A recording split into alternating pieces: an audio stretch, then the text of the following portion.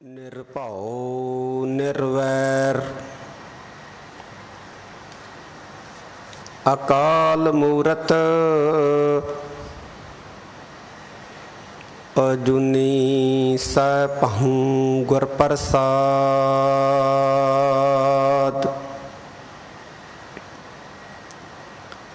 ਕਿਰਪਾ ਕਰਹੁ ਦੀਨ ਕੇ ਦਾਤੇ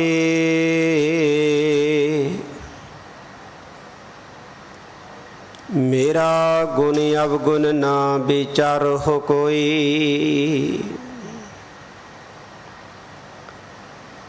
माटी का क्या धोपै स्वामी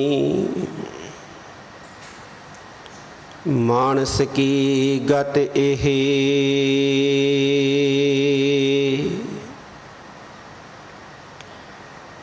दंडौत बंदन अनक बार सर्व कला समरथ।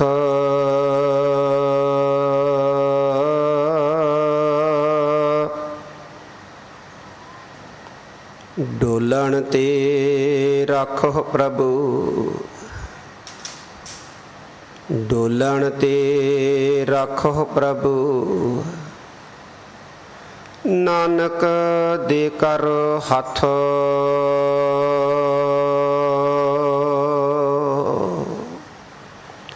वाहिगुरु जी का खालसा वाहिगुरु जी की फतेह।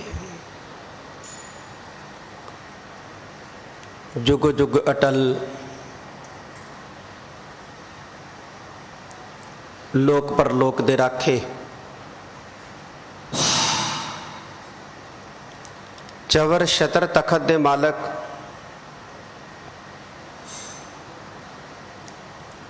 दो जहान दे वाले निमाणियां दे मान निताणियां दे तान धन धन साहिब श्री गुरु ग्रंथ साहिब सच्चे पातशाह जी दी पावन पवित्र हजूरी च सिख पंथ दे महान ते पावन पवित्र अस्थान गुरुद्वारा बंगला साहिब विखे जुड़ बैठी साध संगत जी जिन्ने को अज आपां गुरु के बोल सुनन वास्ते इत्थे हाजिर होए हैं या अपने अपने घरां दे विच टीवी माध्यम दे राहीं गुरु के बोलां नूं सुनन वास्ते बैठे हैं, बहुत वड्डे भागां वाले आ। क्योंकि गुरु की बाणी दा कीर्तन गुरु की बाणी दी विचार करन दा सुनन दा सुभाग समा जिहड़ा है वो उन्हां नूं प्राप्त हुंदा है जिन्हां ते करतार दी बख्शिश हुंदी है, वाहिगुरु दी बख्शिश हुंदी है। काम सानू भी है लेकिन असी अपने कम्मां नूं छड्ड के रुझेविआं नूं छड्ड के अज गुरु दरबार दे विच गुरु नूं सुनन वास्ते आए हां। धनता दे जोग आ। इस पावन पवित्र अस्थान तो जो धन गुरु ग्रंथ साहिब सच्चे पातशाह दी पावन बाणी दी लड़ीवार कथा चल रही है, इस लड़ीवार कथा दे प्रवाह दे तहत ही शेख फरीद जी दे उचारण सलोकां दी विचार जिहड़ी है आपां सांझी करनी है, जिन्हां नूं हुणे ही सिंह साहिब ज्ञानी रणजीत सिंह जी दे मुखार बिंद तो आपां ने सुनिया।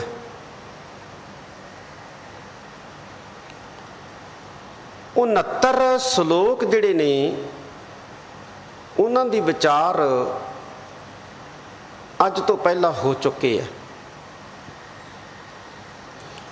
70वें श्लोक तो अज आपां ने विचार जिहड़ी है वो सुननी है।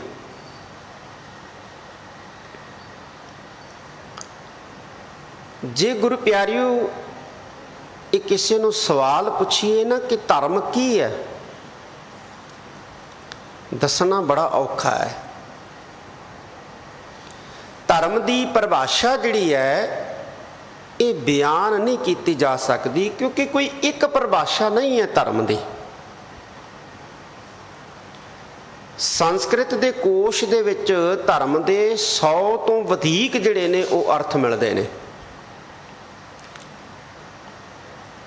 ਫਿਰ ਅਸੀਂ ਧਰਮ ਨੂੰ ਕਿਵੇਂ ਜਾਣ ਸਕਦੇ ਹਾਂ? ਧਰਮ 'ਚ ਹੁੰਦਾ ਕੀ ਹੈ? ਤਾਂ ਮੋਟੇ ਤੌਰ ਦੇ ਉੱਤੇ ਜੇ ਇਸ ਚੀਜ਼ ਨੂੰ ਸਮਝਣਾ ਹੋਵੇ ਤੇ ਦੁਨੀਆ ਦੇ ਵਿੱਚ ਜਿੰਨੇ ਵੀ ਮਜ਼ਹਬ ਨੇ, ਜਿੰਨੇ ਵੀ ਧਰਮ ਨੇ, ਮਤ ਮਤਾਂਤਰ ਨੇ, ਦੀਨ ਨੇ, ਉਹਨਾਂ ਦੇ ਵਿੱਚ 3 ਚੀਜ਼ਾਂ ਜਿਹੜੀਆਂ ਨੇ ਇਹ ਹੁੰਦੀਆਂ ਨੇ ਗੁਰੂ ਪਿਆਰਿਓ। ਇੱਕ ਹੁੰਦਾ ਸੰਕਲਪ, ਜਿਹਨੂੰ ਅਸੀਂ ਸਿਧਾਂਤ ਕਹਿ ਦਿੰਦੇ ਹਾਂ, ਕਨਸੈਪਟ ਕਹਿ ਦਿੰਦੇ ਹਾਂ। ਹਰ ਧਰਮ ਦਾ ਆਪਣਾ ਸਿਧਾਂਤ ਹੈ, ਆਪਣੇ ਸੰਕਲਪ ਨੇ, ਆਪਣੇ ਕਨਸੈਪਟ ਨੇ। ਅਕਾਲ ਪੁਰਖ ਬਾਰੇ ਵਿਚਾਰ, ਮੌਤ ਬਾਰੇ ਵਿਚਾਰ, ਹੋਣੀ ਬਾਰੇ ਵਿਚਾਰ, ਇਹ ਹਰ ਧਰਮ ਦੇ ਵਿੱਚ ਗੁਰੂ ਪਿਆਰੇ ਜਿਹੜੇ ਨੇ ਸਾਨੂੰ ਸੰਕਲਪ ਮਿਲਦੇ ਨੇ। ਜਿਵੇਂ ਸਾਡੇ ਸਿੱਖ ਧਰਮ ਦੇ ਵਿੱਚ ਸੰਕਲਪ ਹੈ ਅਕਾਲ ਪੁਰਖ ਦਾ, ਸੰਕਲਪ ਹੈ ਗੁਰੂ ਦਾ, ਸੰਕਲਪ ਹੈ ਸੰਗਤ ਦਾ, ਪੰਗਤ ਦਾ, ਗੁਰਦੁਆਰੇ ਦਾ, ਮੌਤ ਦਾ, ਨਾਮ ਦਾ, ਸਿਮਰਨ ਦਾ। ਤਾਂ ਇੱਕ ਸੰਕਲਪ ਹੁੰਦੇ ਨੇ।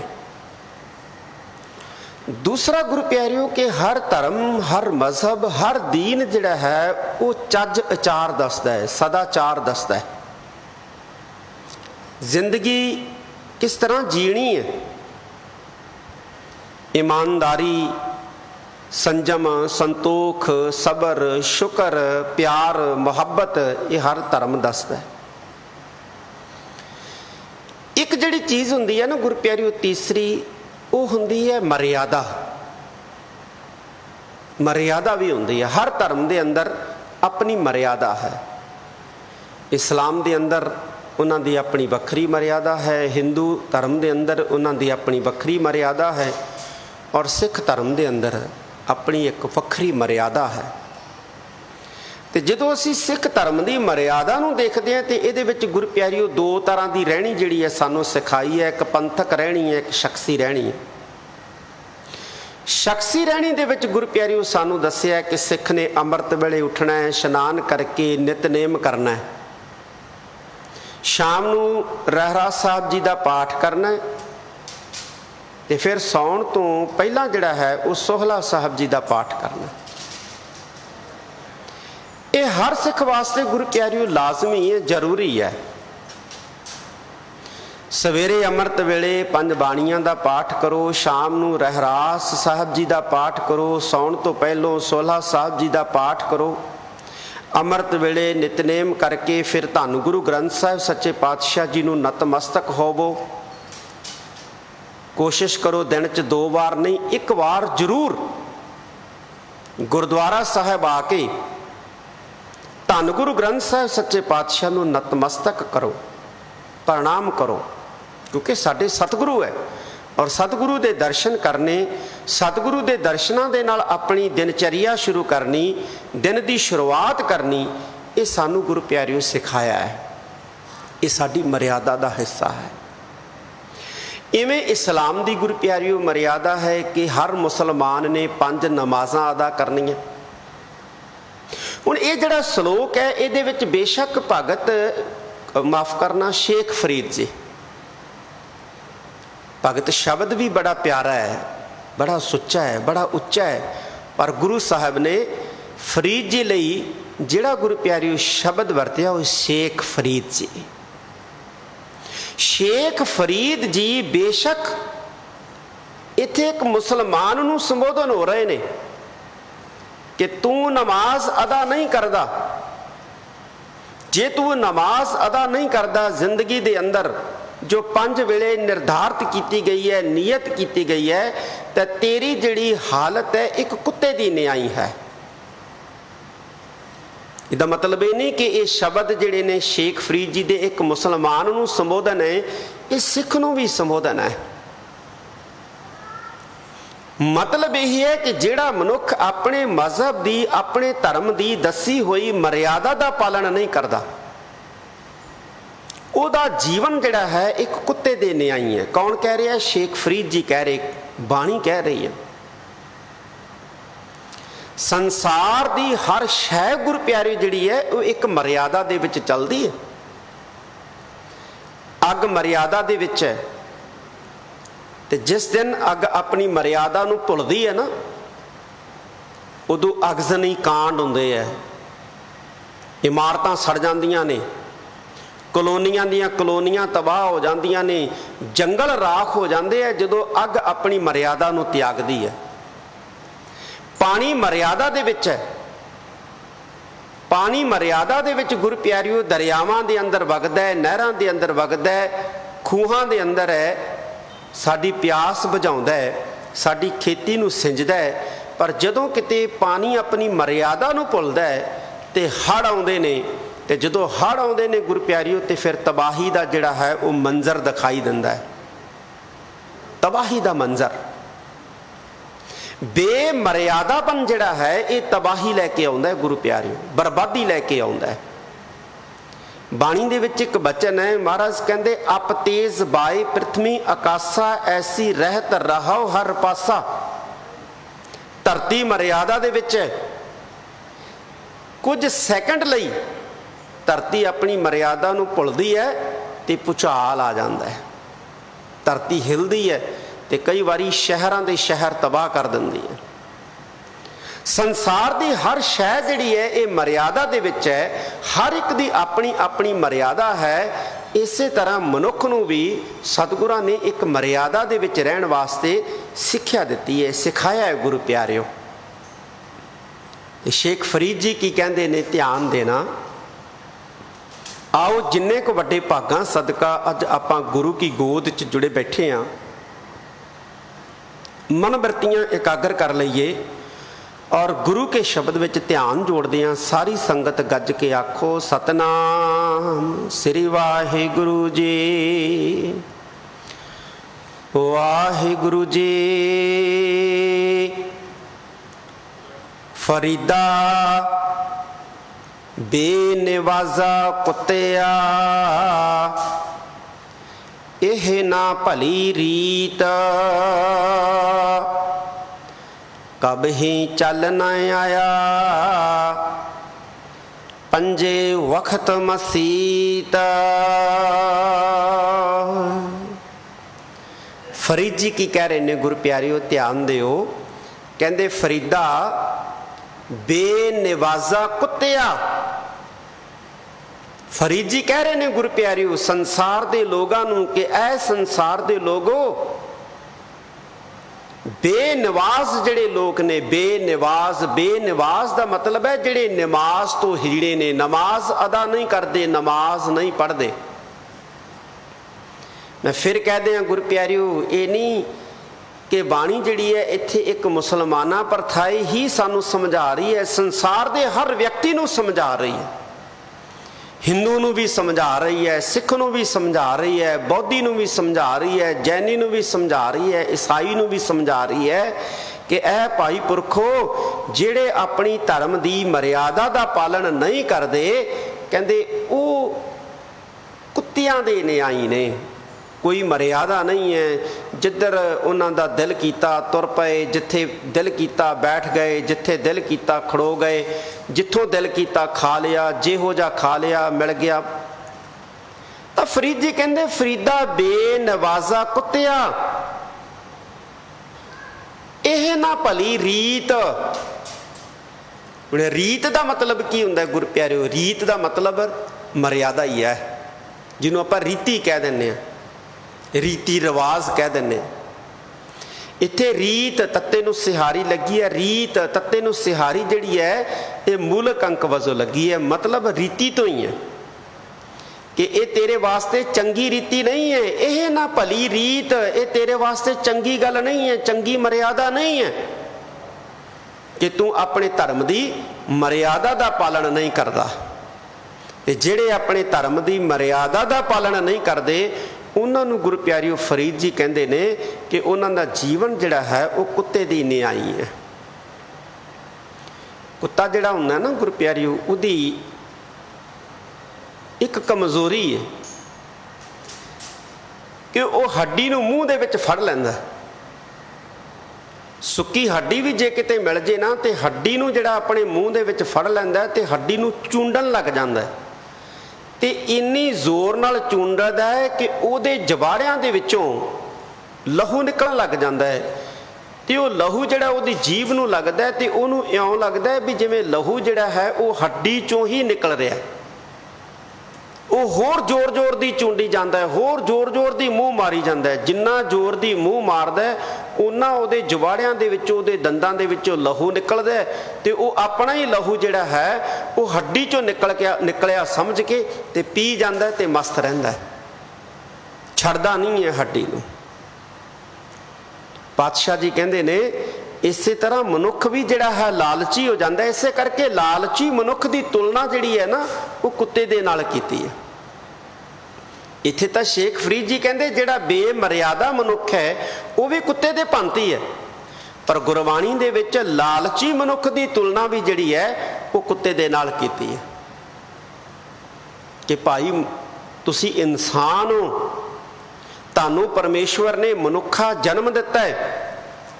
ਸੰਸਾਰ ਦੇ ਜਿੰਨੇ ਵੀ ਗੁਰ ਪਿਆਰਿਓ ਮਤ ਮਤਾਂਤਰ ਹੈ ਨਾ, ਇੱਥੋਂ ਤੱਕ ਜਿਹੜੇ ਨਾਸਤਕ ਮਤ ਹੈ ਨਾ, ਨਾਸਤਕ ਮਤ ਉਹ ਵੀ ਇਸ ਗੱਲ ਨੂੰ ਪ੍ਰਵਾਨ ਕਰਦੇ ਹੈ ਕਿ ਸੰਸਾਰ ਦੇ ਵਿੱਚ ਮਨੁੱਖਾ ਜੋਨ ਜਿਹੜੀ ਹੈ ਇਹ ਸਰਵ ਸ੍ਰੇਸ਼ਟ ਹੈ। ਸਾਰੇ ਧਰਮ ਜਿਹੜੇ ਹੈ ਉਹ ਇਹ ਗੱਲ ਕਹਿੰਦੇ ਹੈ ਕਿ ਮਨੁੱਖਾ ਜੋਨ ਜਿਹੜੀ ਹੈ ਇਹ ਸਰਵ ਸ੍ਰੇਸ਼ਟ ਹੈ। ਨਾਸਤਕ ਵੀ ਜਿਹੜੇ ਨੇ ਉਹ ਕਹਿੰਦੇ ਨੇ ਕਿ ਮਨੁੱਖਾ ਜੋਨ ਜਿਹੜੀ ਹੈ ਇਹ ਸਰਵ ਸ੍ਰੇਸ਼ਟ ਹੈ। ਔਰ ਬਾਣੀ ਵੀ ਸਾਨੂੰ ਸਮਝਾਉਂਦੀ ਹੈ ਕਿ ਇਹ ਜਿਹੜੀ ਮਨੁੱਖਾ ਜੋਨ ਹੈ ਇਹ ਸਰਵ ਸ੍ਰੇਸ਼ਟ ਹੈ, ਇਹ ਸਰਵ ਸ੍ਰੇਸ਼ਟ ਹੈ।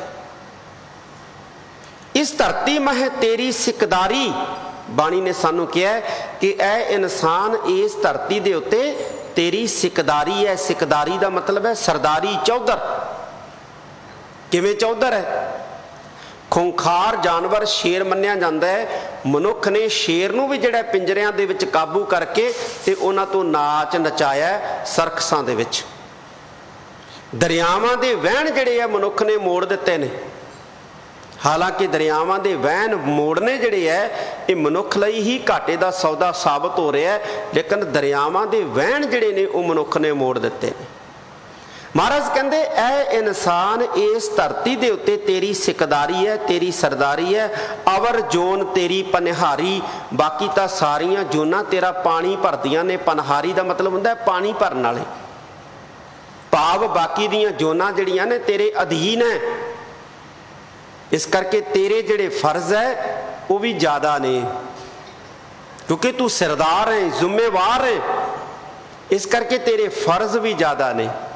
ਜਿਹਦੇ ਕੋਲੇ ਅਧਿਕਾਰ ਹੁੰਦੇ ਆ ਉਹਦੇ ਫਰਜ਼ ਵੀ ਹੁੰਦੇ ਆ। ਗੁਰੂ ਪਿਆਰਿਓ, ਅਸੀਂ ਕਹੀਏ ਕਿ ਤੈਨੂੰ ਅਧਿਕਾਰ ਕੋਈ ਨਹੀਂ ਲੇਕਿਨ ਤੇਰੇ ਫਰਜ਼ ਸਾਰੇ ਹੀ ਹੈ, ਇਹ ਵੀ ਗੱਲ ਨਹੀਂ ਜੱਚਦੀ।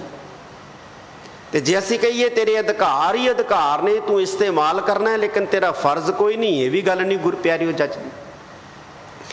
ਤਾਂ ਇਨਸਾਨ ਨੂੰ ਸਰਵਸ੍ਰੇਸ਼ਟ ਆਖਿਆ। ਪਰ ਨਾਲ ਅਸੀਂ ਰੋਜ਼ ਪੜ੍ਹਦੇ ਹਾਂ, ਪਾਤਸ਼ਾਹ ਸਾਨੂੰ ਚੇਤੇ ਕਰਾਉਂਦੇ ਆ ਕਿ ਐ ਮਨੁੱਖ ਤੂੰ ਇਸ ਜਨਮ ਦੇ ਵਿੱਚ ਆਇਆ ਪਤਾ ਕਿਉਂ ਹੈ? ਇਸ ਜੀਵਨ ਦੇ ਵਿੱਚ, ਮਨੁੱਖਾ ਜੀਵਨ ਦੇ ਵਿੱਚ ਆਇਆ ਪਤਾ ਕਿਉਂ ਹੈ? ਉਸ ਮਾਲਕ ਨਾਲ ਜੁੜਨ ਵਾਸਤੇ ਜਿਹਦੇ ਨਾਲੋਂ ਟੁੱਟਿਆ। ਤੇ ਜੇ ਤੂੰ ਉਹ ਯਤਨ ਨਹੀਂ ਕਰਦਾ ਤਾਂ ਫਿਰ ਪਾਤਸ਼ਾਹ ਕਹਿੰਦੇ ਨੇ ਜਨਮ ਬ੍ਰਿਥਾ ਜਾਤ ਰੰਗ ਮਾਇਆ ਕਾ, ਫਿਰ ਤੇਰਾ ਜਨਮ ਬੇਕਾਰ ਜਾ ਰਿਹਾ। ਇਹ ਸੰਸਾਰ ਦੀ ਮਾਇਆ ਦੇ ਰੰਗਾਂ ਦੇ ਵਿੱਚ, ਮਤਮਸਤੀਆਂ ਦੇ ਵਿੱਚ ਰੁੱਝੇ।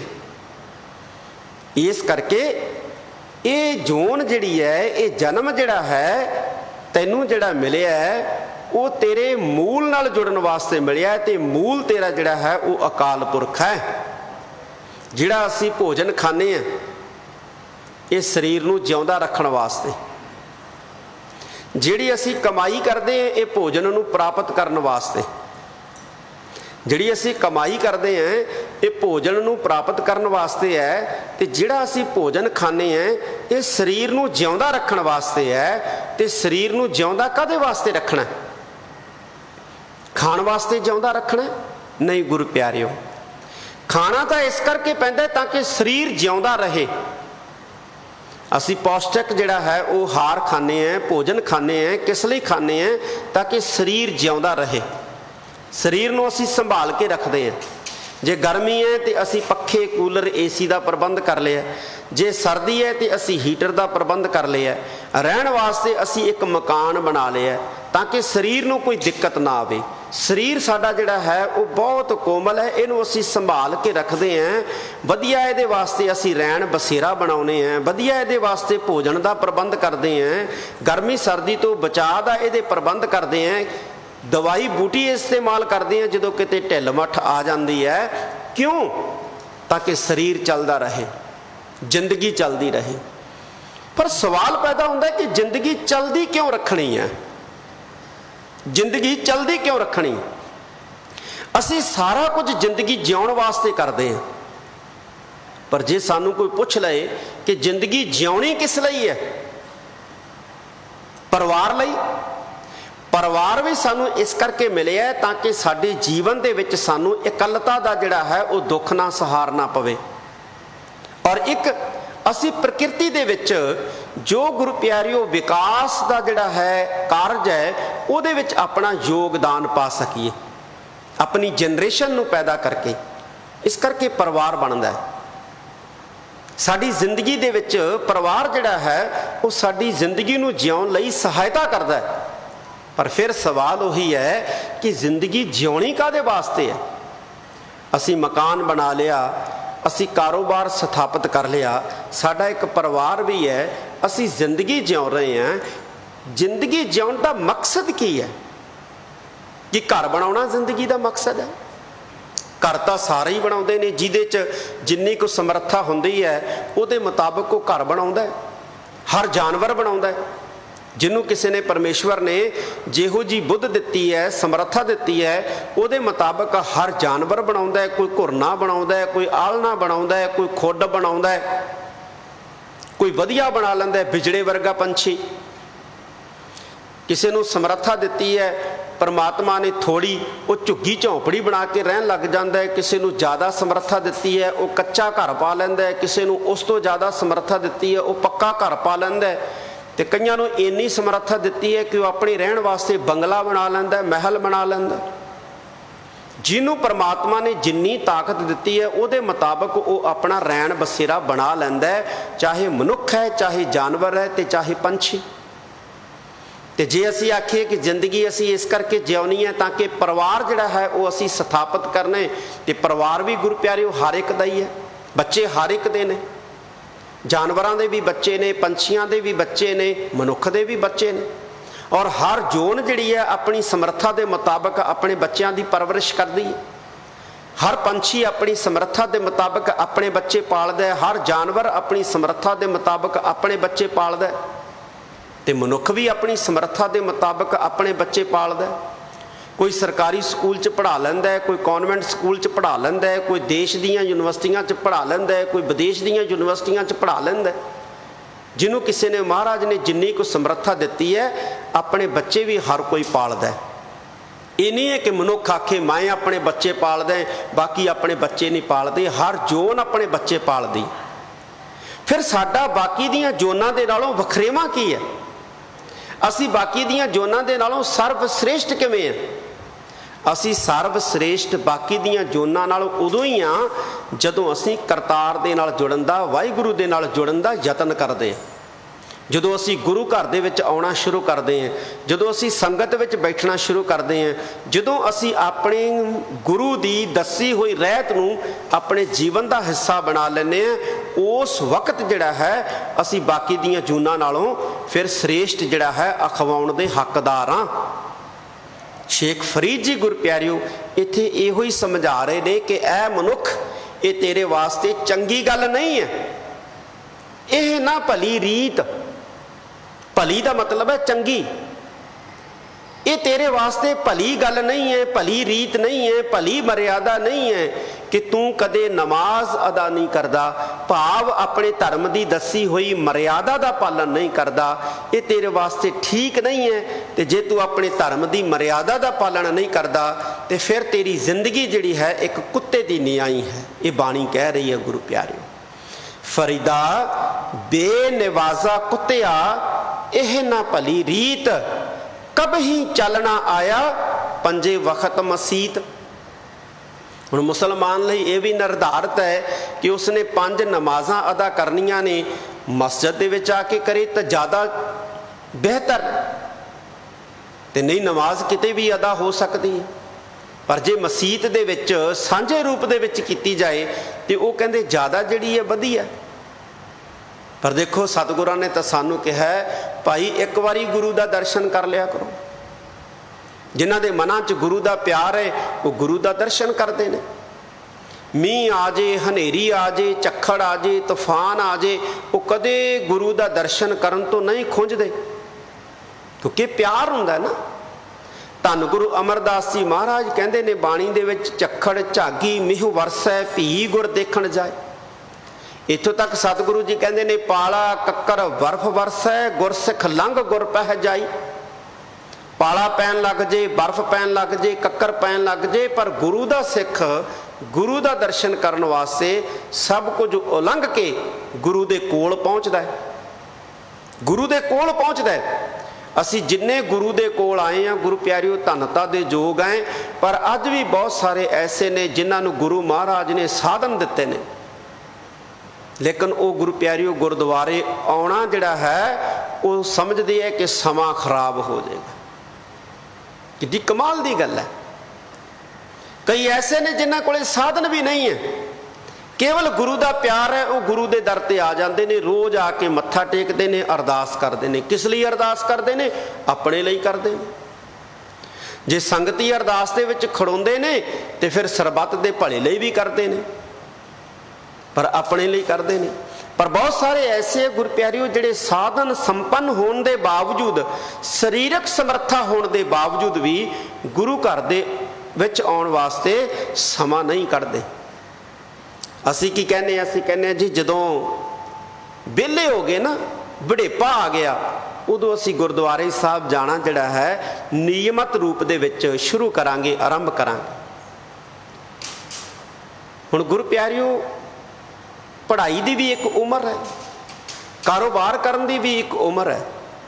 ਮਨੁੱਖ ਜਵਾਨੀ ਦੇ ਵਿੱਚ ਕਾਰੋਬਾਰ ਸਿੱਖਦਾ ਹੈ, ਸ਼ੁਰੂ ਕਰਦਾ ਹੈ। ਬਚਪਨ ਦੇ ਵਿੱਚ ਮਨੁੱਖ ਪੜ੍ਹਾਈ ਆਰੰਭ ਕਰਦਾ ਹੈ, ਤੇ ਜੇ ਮਨੁੱਖ ਆਖੇ ਮੈਂ ਬੁਢੇਪੇ 'ਚ ਪੜ੍ਹਾਈ ਕਰ ਲੂੰ, ਬੁਢੇਪੇ 'ਚ ਕਾਰੋਬਾਰ ਸ਼ੁਰੂ ਕਰ ਲੂੰ, ਤਾਂ ਉਦੋਂ ਕਰ ਹੀ ਨਹੀਂ ਸਕਦਾ, ਕਿਉਂਕਿ ਸਰੀਰਕ ਸ਼ਮਤਾ ਜਿਹੜੀ ਹੈ ਉਹ ਖਤਮ ਹੋ ਜਾਂਦੀ ਹੈ। ਇਵੇਂ ਗੁਰੂ ਪਿਆਰਿਓ ਜੇ ਜਵਾਨੀ ਦੇ ਵਿੱਚ ਅਸੀਂ ਆਦਤ ਨਹੀਂ ਪਾਈ ਗੁਰੂ ਦੇ ਦਰਸ਼ਨ ਦੀਦਾਰ ਕਰਨ ਵਾਸਤੇ ਗੁਰਦੁਆਰਾ ਸਾਹਿਬ ਆਉਣ ਲਈ, ਤੇ ਬੁਢੇਪੇ ਦੇ ਵਿੱਚ ਕਹਿੰਦੇ ਹਾਂ ਅਸੀਂ ਆਦਤ ਪਾ ਲਈਏ, ਉਦੋਂ ਗੁਰੂ ਪਿਆਰਿਓ ਮਨ ਵੀ ਕਰਦਾ ਹੈ, ਲੇਕਿਨ ਉਦੋਂ ਸਰੀਰ ਜਵਾਬ ਦੇ ਦਿੰਦਾ ਹੈ, ਸਰੀਰ ਜਵਾਬ ਦੇ ਦਿੰਦਾ ਗੁਰੂ ਪਿਆਰਿਓ। ਫਿਰ ਪੋਤਰਿਆਂ ਨੂੰ ਕਹਿੰਦਾ, ਪੁੱਤਰਾਂ ਨੂੰ ਕਹਿੰਦਾ ਮੈਨੂੰ ਗੁਰਦੁਆਰਾ ਸਾਹਿਬ ਲੈ ਚੱਲੋ।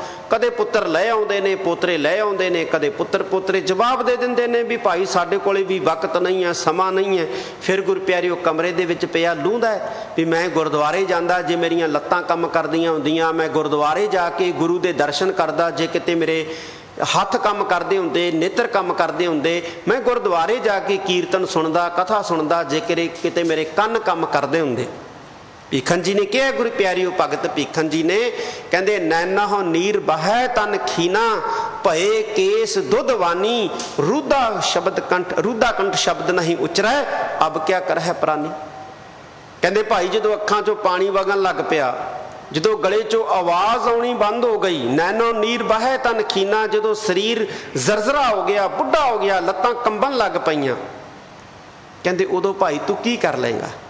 ਜਦੋਂ ਗਲੇ 'ਚੋਂ ਆਵਾਜ਼ ਹੀ ਨਾ ਨਿਕਲੇ, ਪਰਮਾਤਮਾ ਦੀ ਵਾਹਿਗੁਰੂ ਦੀ ਸਿਫਤ ਦੇ ਜਦੋਂ ਬੋਲ ਹੀ ਨਾ ਨਿਕਲੇ, ਉਦੋਂ ਪੁਰਖਾ ਤੂੰ ਕੀ ਕਰ ਲਏਗਾ?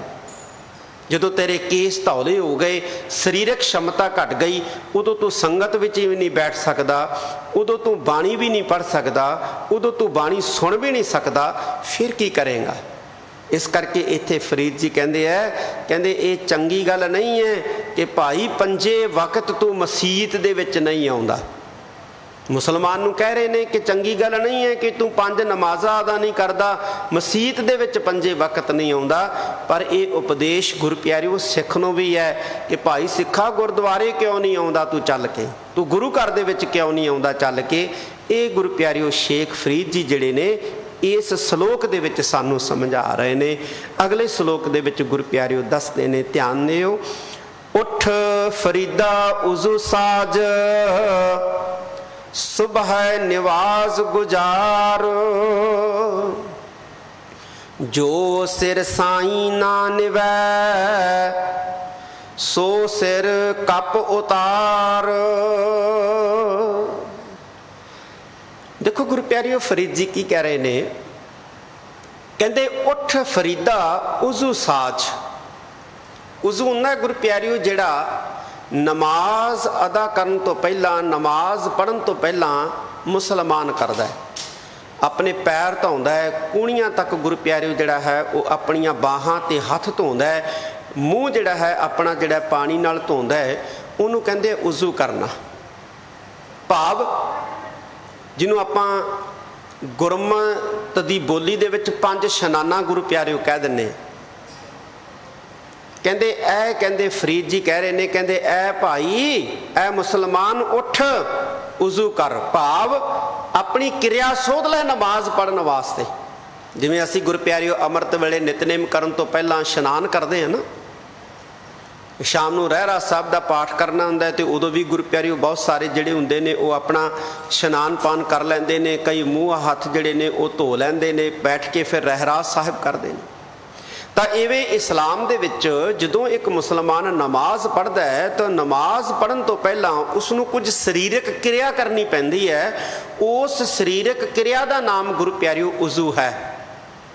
तो फरीद जी कहंदे ने, कहंदे ऐ मुसलमान उठ भाई, उठ फरीदा उजू साज, उजू कर लै। भाव नमाज अदा करनी है, नमाज पढ़नी है, इस करके अपनी सरीरक क्रिया जिहड़ी है ना वो सोध ला। सुबह नमाज गुजार, सुबह का वक्त है, सुबह उठ ते उठ के नमाज पढ़। गुजार का मतलब है पढ़, नमाज गुजार, नमाज पढ़। तो यदा मतलब ये नहीं गुरु प्यारे भी सानू तो कहा ही नहीं, ये तो मुसलमानों नूं कहा भी अपनी सरीरक क्रिया सोध लो अमृत वेले उठ के ते फिर नमाज पढ़ लो। ये सानू भी उपदेश है, क्योंकि गुरबाणी का उपदेश जिहड़ा ना गुरु प्यारिओ किसी एक फिरके वास्ते या किसी एक खिते दे विच रहण वाले लोकां वास्ते या किसी एक गुरु प्यारिओ नस्ल दे लोकां वास्ते नहीं है। गुरबाणी का जिहड़ा उपदेश है ये सर्वकाली है, सर्वदेशी है, वो सर्वपक्षी है। ये हर एक प्राणी मात्र नूं उपदेश है। जे हिंदू है तो उन्होंने भी उपदेश है भी भाई अमृत वेले उठ ते उठ के जेड़े तेरे धर्म के मुताबिक तेनों शरीरक क्रिया करने वास्ते कहा वो शरीरक क्रिया कर, ते जेड़ी पूजा पाठ करने वास्ते तेनों कहा ते अपनी वो पूजा पाठ कर। इवें मुसलमान है भाई अमृत वेले उठ, उठ के अपनी धर्म की मर्यादा के मुताबिक अपनी शरीरक क्रिया सोध ते फिर अपनी धर्म की मर्यादा के मुताबिक परमात्मा की बंदगी कर नमाज के रूप दे विच।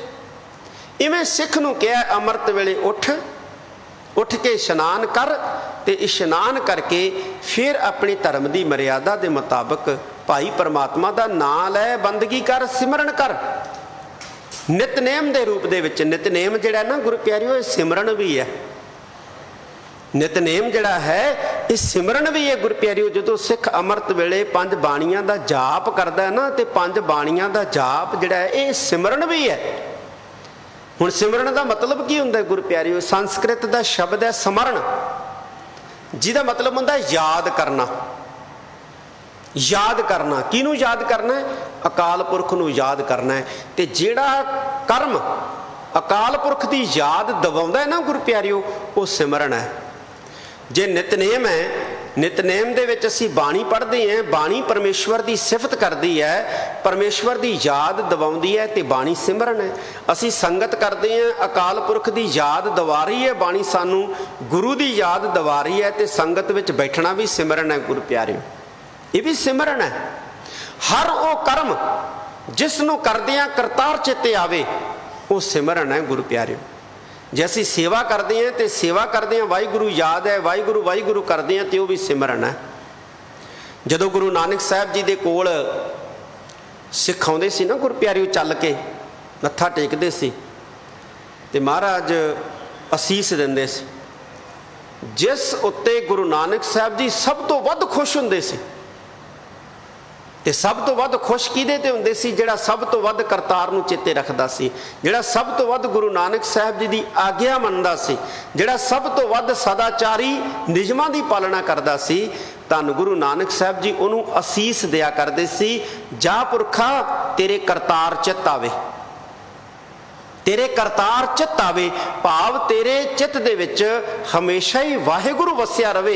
ਇਹ ਅਸੀਸ ਗੁਰੂ ਨਾਨਕ ਸਾਹਿਬ ਸੱਚੇ ਪਾਤਸ਼ਾਹ ਦਿਆ ਕਰਦੇ ਸੀ। ਗੁਰੂ ਪਿਆਰਿਓ, ਐਦੋਂ ਵੱਡੀ ਅਸੀਸ ਜਿਹੜੀ ਹੈ ਸੰਸਾਰ ਦੇ ਵਿੱਚ ਕੋਈ ਨਹੀਂ ਹੈ। ਗੁਰੂ ਪਿਆਰਿਓ, ਇਦੋਂ ਵੱਡੀ ਬਖਸ਼ਿਸ਼ ਕੋਈ ਨਹੀਂ ਹੈ ਸੰਸਾਰ ਦੇ ਅੰਦਰ। ਜੇ ਕਿਤੇ ਗੁਰੂ ਵੱਲੋਂ ਸਾਨੂੰ ਪ੍ਰਾਪਤ ਹੋ ਜਾਵੇ ਤੇ ਸਾਡੇ ਚਿੱਤ ਦੇ ਵਿੱਚ ਉਹ ਪ੍ਰਮਾਤਮਾ ਵਸ ਜਾਏ, ਵਾਹਿਗੁਰੂ ਵਸ ਜਾਏ।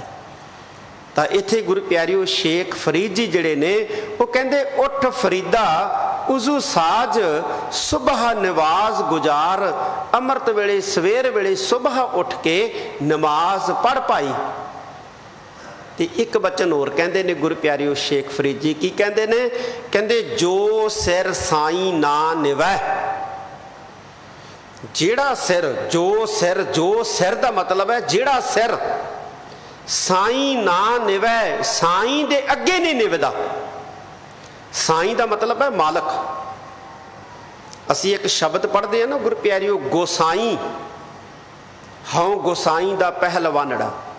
ਗੋਸਾਈਂ ਦਾ ਮਤਲਬ ਹੁੰਦਾ ਸ੍ਰਿਸ਼ਟੀ ਦਾ ਮਾਲਕ। ਗੋ ਦਾ ਅਰਥ ਹੁੰਦਾ ਹੈ ਸ੍ਰਿਸ਼ਟੀ ਤੇ ਸਾਈਂ ਦਾ ਅਰਥ ਹੈ ਮਾਲਕ। ਸਾਈਂ ਜਿਹੜਾ ਸ਼ਬਦ ਹੈ ਨਾ, ਸਾਈਂ, ਇਹਦਾ ਅਰਥ ਹੈ ਮਾਲਕ। ਤੇ ਮਾਲਕ ਕੌਣ ਹੈ? ਮਾਲਕ ਹੈ ਅਕਾਲ ਪੁਰਖ, ਰੱਬ ਮਾਲਕ ਹੈ, ਵਾਹਿਗੁਰੂ ਮਾਲਕ ਹੈ। ਇੱਥੇ ਕਿਸੇ ਵਿਅਕਤੀ ਦੀ ਗੱਲ ਨਹੀਂ ਹੋ ਰਹੀ ਗੁਰੂ ਪਿਆਰਿਓ, ਕਿਉਂਕਿ ਵਿਅਕਤੀ ਸਾਈਂ ਨਹੀਂ ਹੈ। ਸਾਰੇ ਸੰਸਾਰ ਦਾ ਸਾਈਂ ਜਿਹੜਾ ਹੈ ਉਹ ਅਕਾਲ ਪੁਰਖ ਹੈ। ਬੰਦਾ ਆਪਣੇ ਘਰ ਦਾ ਸਾਈਂ ਹੋ ਸਕਦਾ ਹੈ। ਆਪਾਂ ਕਹਿੰਦੇ ਨਾ ਫਲਾਣੇ ਦਾ ਸਾਈਂ, ਫਲਾਨੀ ਬੀਬੀ ਦਾ ਸਾਈਂ, ਪਤੀ, ਮਾਲਕ।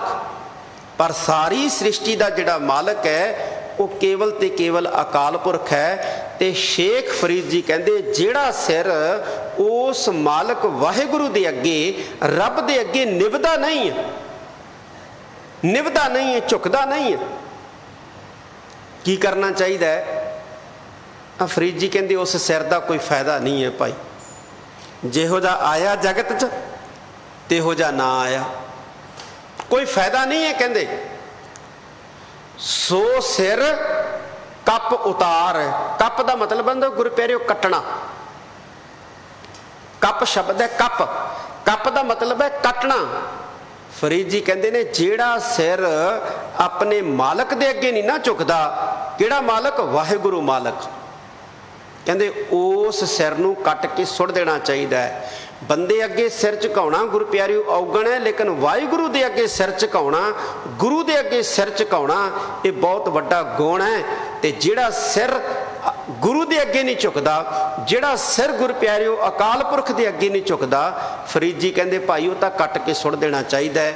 ਭਾਵ ਉਸ ਸਿਰ ਕੋਈ ਲਾਭ ਨਹੀਂ ਹੈ ਗੁਰੂ ਪਿਆਰਿਓ, ਕੋਈ ਲਾਭ ਨਹੀਂ ਉਸ ਸਿਰ ਦਾ। ਜਿਹੋ ਜਿਹਾ ਉਹ ਸਿਰ ਆਇਆ ਸੰਸਾਰ ਤੇ ਇਹੋ ਜਿਹਾ ਨਾ ਆਇਆ, ਕੋਈ ਫਰਕ ਨਹੀਂ ਪੈਂਦਾ, ਕੋਈ ਗੁਰੂ ਪਿਆਰਿਓ ਜਿਹੜਾ ਹੈ ਮਤਲਬ ਨਹੀਂ ਰਹਿ ਜਾਂਦਾ। ਇਸ ਕਰਕੇ ਸਿਰ ਝੁਕਾਉਣਾ ਗੁਰੂ ਦੇ ਅੱਗੇ, ਸਿਰ ਝੁਕਾਉਣਾ ਉਸ ਵਾਹਿਗੁਰੂ ਦੇ ਅੱਗੇ, ਸਿਰ ਝੁਕਾਉਣਾ ਉਸ ਵਾਹਿਗੁਰੂ ਦੀਆਂ ਦਾਤਾਂ ਨੂੰ ਗੁਰੂ ਪਿਆਰਿਓ ਦੇਖ ਕੇ, ਇਹ ਸਿੱਖ ਦਾ ਸਭ ਤੋਂ ਵੱਡਾ ਜਿਹੜਾ ਕਰਮ ਹੈ। ਕੀ ਨਹੀਂ ਦਿੰਦਾ ਪਰਮੇਸ਼ਵਰ ਸਾਨੂੰ? ਸੁਖਮਨੀ ਸਾਹਿਬ ਦੇ ਵਿੱਚ ਪੜ੍ਹਦੇ ਹਾਂ, ਮਹਾਰਾਜ ਕਹਿੰਦੇ ਰਮਈਆ ਕੇ ਗੁਣ ਚੇਤ ਪ੍ਰਾਨੀ, ਕਵਨ ਮੂਲ ਤੇ ਕਵਨ ਦ੍ਰਿਸ਼ਟਾਨੀ, ਜਿੰਤੂ ਸਾਜ ਸਵਾਰ ਸਿਗਾਰਿਆ, ਗਰਭ ਅਗਨ ਮਹਿ ਜਿਨਹਿ ਉਬਾਰਿਆ, ਬਾਰ ਵਿਵਸਥਾ ਤੁਝ ਹੈ ਪਿਆਰੇ, ਦੂਧ ਭਰ ਜੋਬਨ ਭੋਜਨ ਸੁਖ ਸੂਦ। ਵਾਹਿਗੁਰੂ ਨੇ ਤੈਨੂੰ ਕੀ ਨਹੀਂ ਦਿੱਤਾ ਭਾਈ? ਤੈਨੂੰ ਸਭ ਕੁਝ ਦਿੱਤਾ ਹੈ। ਪਰ ਅਜੇ ਵੀ ਇਨਸਾਨ ਕਹਿੰਦਾ ਮੈਨੂੰ ਕੀ ਦਿੱਤਾ, ਮੈਨੂੰ ਕੀ ਦਿੱਤਾ? ਭਾਈ ਤੈਨੂੰ ਜ਼ਿੰਦਗੀ ਜਿਉਣ ਵਾਸਤੇ ਜਿਹੜਾ ਹੈ ਉਹ ਹਵਾ ਦਿੱਤੀ ਹੈ। ਪਹਿਲਾਂ ਤਾਂ ਤੈਨੂੰ ਜ਼ਿੰਦਗੀ ਦਿੱਤੀ ਹੈ, ਪਹਿਲਾਂ ਤਾਂ ਤੈਨੂੰ ਜ਼ਿੰਦਗੀ ਦਿੱਤੀ ਹੈ, ਮਨੁੱਖਾ ਜੀਵਨ ਦਿੱਤਾ ਹੈ। ਫਿਰ ਤੈਨੂੰ ਮਨੁੱਖਾ ਜੀਵਨ ਨੂੰ ਜਿਉਂਦਾ ਰੱਖਣ ਵਾਸਤੇ ਹਵਾ ਦਿੱਤੀ ਹੈ, ਪਾਣੀ ਦਿੱਤਾ ਹੈ, ਅੱਗ ਦਿੱਤੀ ਹੈ, ਭੋਜਨ ਪਕਾਉਣ ਵਾਸਤੇ। ਅਜੇ ਵੀ ਕਹਿੰਦਾ ਮੈਨੂੰ ਕੀ ਦਿੱਤਾ ਪਰਮਾਤਮਾ ਨੇ, ਮੈਨੂੰ ਕੀ ਦਿੱਤਾ ਵਾਹਿਗੁਰੂ ਨੇ। ਤੇ ਜੇ ਕਿਤੇ ਗੁਰੂ ਪਿਆਰਿਓ ਕੁਝ ਸੈਕਿੰਡ ਲਈ ਵੀ ਆਕਸੀਜਨ ਜਿਹੜੀ ਹੈ ਮਿਲਣੀ ਬੰਦ ਹੋ ਜਾਏ ਨਾ ਇਨਸਾਨ ਨੂੰ, ਤੇ ਇਨਸਾਨ ਲੋਥ ਦੇ ਵਿੱਚ ਤਬਦੀਲ ਹੋ ਜਾਏਗਾ, ਲਾਸ਼ ਦੇ ਵਿੱਚ ਤਬਦੀਲ ਹੋ ਜਾਏਗਾ। ਆ ਜਿਹੜੀ ਹਵਾ 'ਚ ਅਸੀਂ ਸਾਹ ਲੈਂਦੇ ਹਾਂ ਨਾ, ਇਹ ਪਰਮੇਸ਼ਵਰ ਨੇ ਦਿੱਤੀ। ਵਾਹਿਗੁਰੂ ਨੇ ਦਿੱਤੀ ਹੈ। ਅਸੀਂ ਦੇਖਦੇ ਹਾਂ ਨਾ ਪਿਛਲੇ ਸਮੇਂ ਦੌਰਾਨ ਗੁਰੂ ਪਿਆਰਿਓ ਪੈਨੇਡੈਮਿਕ ਦੇ ਵਿੱਚ ਆਕਸੀਜਨ ਲੈਵਲ ਜਿਹੜਾ ਇਨਸਾਨ ਦਾ ਘਟਣਾ ਸ਼ੁਰੂ ਹੋ ਗਿਆ। ਨਕਲੀ ਆਕਸੀਜਨ ਜਿਹੜੀ ਹੈ, ਮਨਸੂਈ ਆਕਸੀਜਨ ਜਿਹੜੀ ਹੈ ਉਹ ਦਿੱਤੀ ਜਾਣ ਲੱਗੀ ਮਨੁੱਖਾਂ ਨੂੰ, ਉਹਦੀ ਵੀ ਕਮੀ ਪੈ ਗਈ, ਉਹਦੀ ਵੀ ਕਮੀ ਪੈ ਗਈ।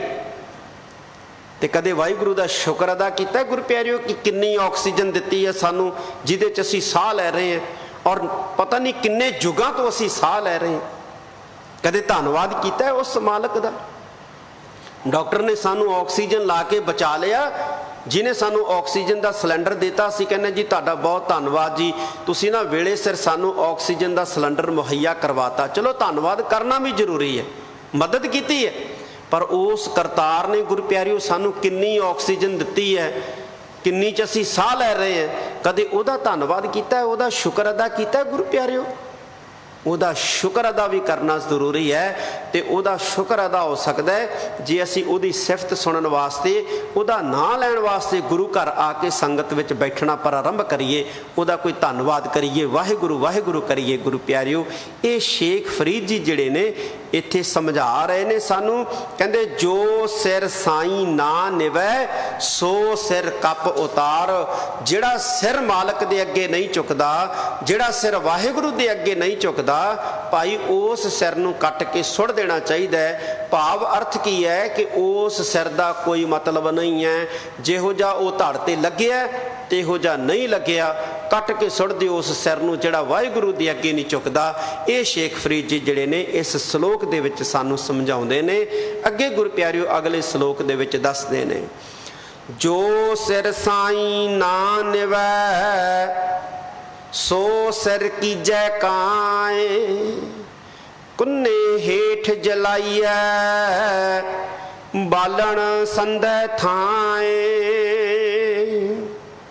ਦੂਸਰੇ ਸ਼ਲੋਕ ਦੇ ਵਿੱਚ ਫਿਰ ਗੁਰੂ ਪਿਆਰਿਓ ਇਸ ਤੋਂ ਅਗਲਾ ਜਿਹੜਾ ਸ਼ਲੋਕ ਹੈ ਨਾ, ਉਹਦੇ ਵਿੱਚ ਵੀ ਫਰੀਦ ਜੀ ਇਹੋ ਗੱਲ ਕਹਿੰਦੇ ਨੇ, ਕਹਿੰਦੇ ਜੋ ਸਿਰ ਸਾਈਂ ਨਾ ਨਿਵੈ। ਪਹਿਲਾਂ ਕੀ ਕਹਿੰਦੇ ਨੇ? ਕਹਿੰਦੇ ਜੋ ਸਿਰ ਸਾਈਂ ਨਾ ਨਿਵੈ ਸੋ ਸਿਰ ਕੱਪ ਉਤਾਰ। ਦੂਜੇ ਅਗਲੇ ਸ਼ਲੋਕ 'ਚ ਕਹਿੰਦੇ ਨੇ ਜੋ ਸਿਰ ਸਾਈਂ ਨਾ ਨਿਵੈ ਸੋ ਸਿਰ ਕੀਜੈ ਕਾਏ। ਕਹਿੰਦੇ ਉਹ ਸਿਰ ਕਰਨਾ ਹੀ ਕੀ ਹੈ ਜਿਹੜਾ ਕਹਿੰਦੇ ਮਾਲਕ ਦੇ ਅੱਗੇ ਨਹੀਂ ਝੁਕਦਾ। ਪਹਿਲਾਂ ਕਹਿੰਦੇ ਕੱਟ ਦੇਣਾ ਚਾਹੀਦਾ ਉਹ ਸਿਰ ਜਿਹੜਾ ਵਾਹਿਗੁਰੂ ਦੇ ਅੱਗੇ ਨਹੀਂ ਝੁਕਦਾ। ਤੇ ਮਨੁੱਖ ਕਹਿੰਦਾ ਮੈਂ ਕਿਉਂ ਕੱਟਾਂ ਜੀ? ਤੇ ਸ਼ੇਖ ਫਰੀਦ ਜੀ ਕਹਿੰਦੇ ਭਾਈ ਪੁਰਖਾ, ਕਹਿੰਦੇ ਫਿਰ ਕਰਨਾ ਹੀ ਕੀ ਹੈ ਤੂੰ? ਪਹਿਲਾਂ ਕਹਿੰਦੇ ਨੇ ਸਿਰ ਕੱਟ ਦੇ ਜੇ ਤੂੰ ਮਾਲਕ ਦੇ ਅੱਗੇ ਨਹੀਂ ਝੁਕਾਉਣਾ। ਤੇ ਜਦੋਂ ਮਨੁੱਖ ਕਹਿੰਦਾ ਨਹੀਂ ਮੈਂ ਨਹੀਂ ਕੱਟਣਾ, ਤੇ ਫਿਰ ਫਰੀਦ ਜੀ ਕਹਿੰਦੇ ਨੇ, ਕਹਿੰਦੇ ਸੋ ਸਿਰ ਕੀਜੈ ਕਾਏ। ਕਹਿੰਦੇ ਭਾਈ ਆਹ ਸਿਰ ਜਿਹੜਾ ਫਿਰ ਤੂੰ ਕਰਨਾ ਕੀ ਹੈ ਇਹ ਵੀ ਦੱਸ ਦੇ, ਇਹਦਾ ਫਾਇਦਾ ਕੀ ਹੈ? ਕਹਿੰਦੇ ਇਹ ਵੀ ਦੱਸ ਦੇ। ਕੋਈ ਫਾਇਦਾ ਨਹੀਂ ਹੈ। ਫਰੀਦ ਜੀ ਕਹਿ ਰਹੇ ਨੇ ਕਿ ਉਸ ਸਿਰ ਦਾ ਕੋਈ ਫਾਇਦਾ ਨਹੀਂ ਹੈ। ਸਿਰ ਦਾ ਭਾਵ ਜੀਵਨ ਵੀ ਹੈ ਗੁਰੂ ਪਿਆਰਿਓ। ਜੀਵਨ ਦਾ ਕੀ ਫਾਇਦਾ ਹੈ? ਜ਼ਿੰਦਗੀ ਜਿਉਣ ਦਾ ਕੀ ਫਾਇਦਾ ਜੇ ਮਾਲਕ ਦੇ ਅੱਗੇ ਵਾਹਿਗੁਰੂ ਦੇ ਅੱਗੇ ਨਹੀਂ ਝੁਕੇ, ਦੁਨੀਆ ਦੇ ਅੱਗੇ ਝੁਕਦੇ ਫਿਰੇ, ਤਾਂ ਸੰਸਾਰ ਦੇ ਅੱਗੇ ਛੋਟੀਆਂ ਛੋਟੀਆਂ ਗਰਜਾਂ ਲਈ ਝੁਕਦੇ ਫਿਰੇ। ਲੇਕਿਨ ਜਿਹੜਾ ਸਭ ਤੋਂ ਵੱਡੀਆਂ ਗਰਜਾਂ ਪੂਰੀਆਂ ਕਰਦਾ ਹੈ, ਜੇ ਉਸ ਮਾਲਕ ਵਾਹਿਗੁਰੂ ਦੇ ਅੱਗੇ ਨਹੀਂ ਝੁਕੇ ਤੇ ਫਿਰ ਜ਼ਿੰਦਗੀ ਜਿਉਣ ਦਾ ਫਾਇਦਾ ਹੀ ਕੀ ਹੈ ਗੁਰੂ ਪਿਆਰਿਓ? ਇਹ ਫਰੀਦ ਜੀ ਕਹਿ ਰਹੇ ਨੇ ਜੋ ਸਿਰ ਸਾਈਂ ਨਾ ਨਿਵੈ ਸੋ ਸਿਰ ਕੀਜੈ ਕਾਏ। ਕਹਿੰਦੇ ਉਹ ਸਿਰ ਕੀ ਕਰਨਾ ਹੈ ਭਾਈ, ਕੀ ਕਰੋਗੇ ਉਹ ਸਿਰ? ਤੇ ਫਿਰ ਫਰੀਦ ਜੀ ਮਹਾਰਾਜ ਦੱਸੋ ਫਿਰ ਕਰੀਏ ਕੀ? ਤਾਂ ਫਰੀਦ ਜੀ ਕਹਿੰਦੇ ਕੁੰਨੇ ਹੇਠ ਜਲਾਈਐ। ਕੁੰਨਾ, ਕੁੰਨਾ ਕਹਿੰਦੇ ਨੇ ਹਾਂਡੀ ਨੂੰ, ਮਿੱਟੀ ਦੇ ਭਾਂਡੇ ਨੂੰ, ਮਿੱਟੀ ਦੇ ਬਰਤਨ ਨੂੰ ਕੁੰਨਾ ਕਹਿ ਦਿੰਦੇ ਨੇ ਗੁਰੂ ਪਿਆਰੇ।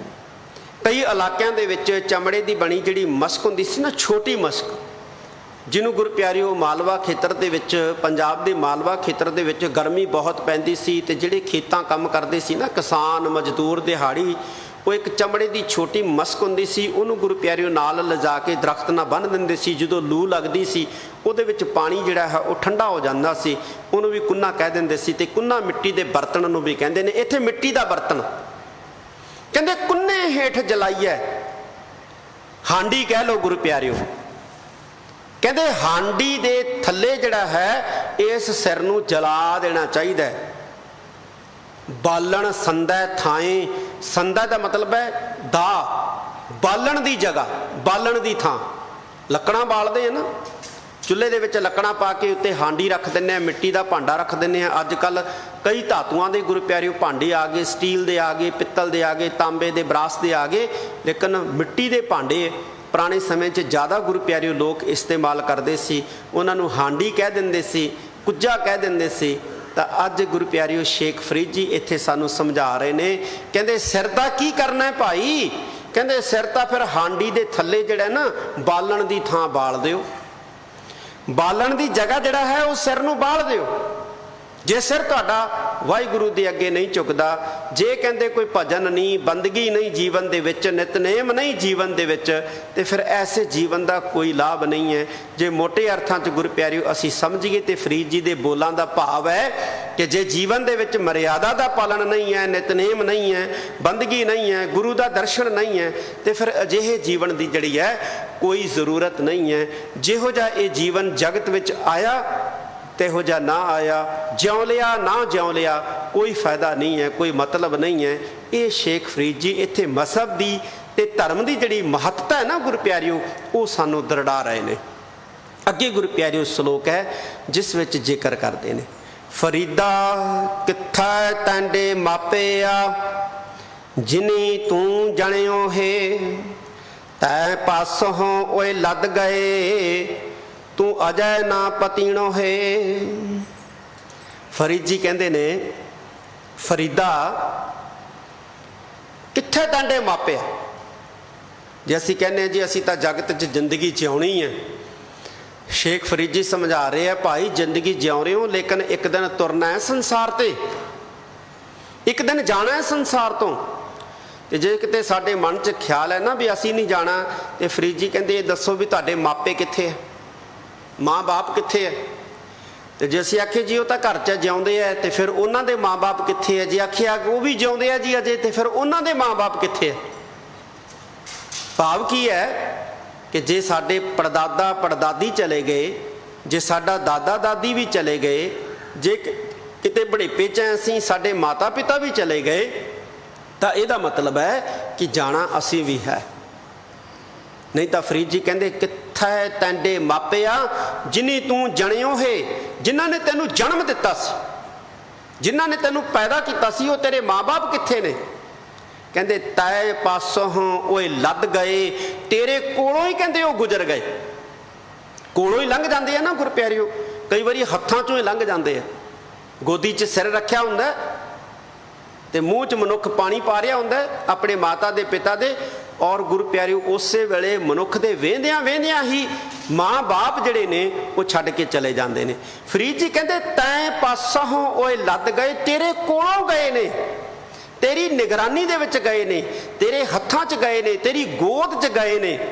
कहते तू अजय ना पतीणो है, तेनू अजे भी यकीन नहीं है, तू अजे भी कही जाना मैं रहना, इस करके बन नूं बनदा, मैं वो भी करना है, मैं आ भी करना है, सारा कुछ कर। महाराज रोकते नहीं है, महाराज तो सिर्फ इन्ना कहते ने, बाणी सिर्फ इन्ना कहती है कि सारा कुछ कर जो तेरे लिए जरूरी है जिंदगी जिउण वास्ते, पर बंदगी जरूर कर, भजन जरूर कर, गुरु नूं आके नमस्कार जरूर कर, गुरु का सत्कार जरूर कर। बस इन्ना की कह रही है बाणी तो सानूं, कोई काम करन तो थोड़ा रोकती है, कोई गुरु प्यारिओ किसी किरत तो थोड़ा रोकती है बाणी, सानू किरत तो नहीं रोकती, किसी काम तो नहीं रोकती।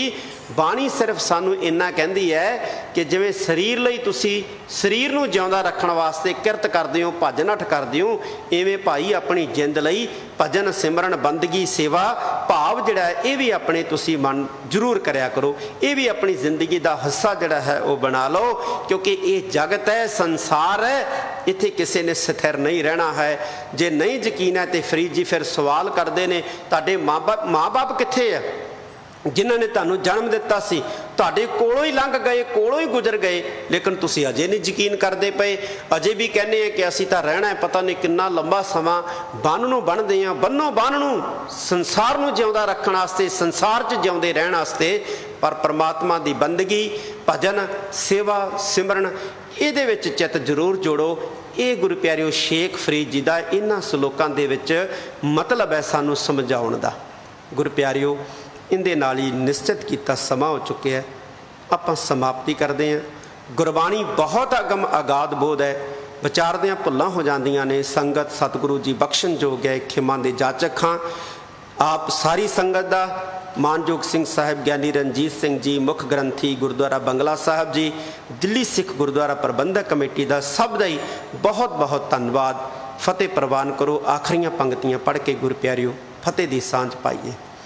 ਫਰੀਦਾ ਕਿੱਥੈ ਤੈਂਡੇ ਮਾਪਿਆ, ਜਿਨੀ ਤੂੰ ਜਣਿਓ ਹੈ, ਤੈ ਪਾਸੋਂ ਓਏ ਲੱਦ ਗਏ, ਤੂੰ ਅਜੈ ਨਾ ਪਤੀਣੋ ਹੈ।